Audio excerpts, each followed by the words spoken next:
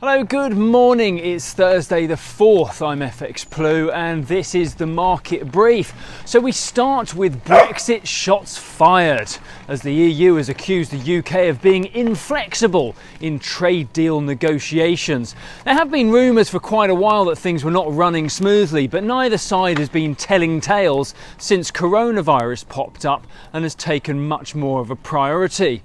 It looks like they will emerge from the pandemic at very different paces, but neither side will want Brexit to stand in the way of their economic recovery.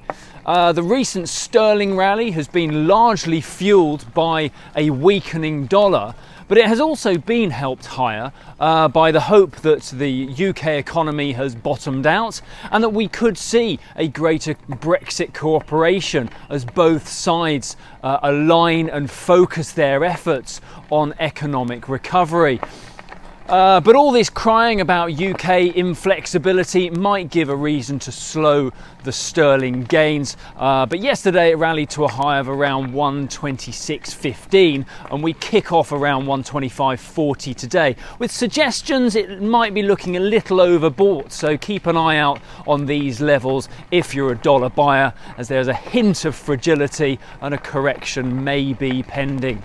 Over in the US, all the domestic turmoil continues, so it's hardly surprising that the economy hasn't bottomed out. But it does this mean rather that the US recovery is falling behind the rest of the developed world? Well, this week's employment data will certainly help refocus the market. Today we've got weekly jobless claims due out, where anything under 2 million new claims will be a bit of a win. And then of course tomorrow we have non-farm payrolls with a pretty wide spread for the headline number. If you fancy a punt in the sweepstake, current forecasts range anywhere from 7.5 to 10 million jobs lost in May. And of course, if we see a stronger reading, it may help put an end to the recent dollar slide. All to play for there. Eurozone unemployment is nothing in comparison to the US, which is testament to the furlough schemes. Good morning.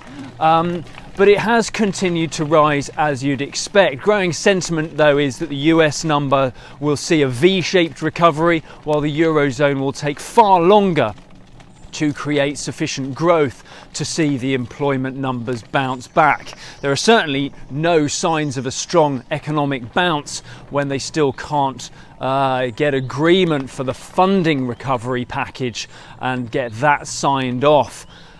Keep an eye out for news from the ECB meeting later today. If Christine Lagarde can't pull a rabbit from her hat there, it may put an end to the Euro's recent rally, where we saw euro dollar reach a high of about 112.50 on the day yesterday. Right, that's it from me today. Have a wonderful day, and remember, non-farm payrolls tomorrow. Get your pound at the ready for that sweepstake. All the best. I'll see you again then.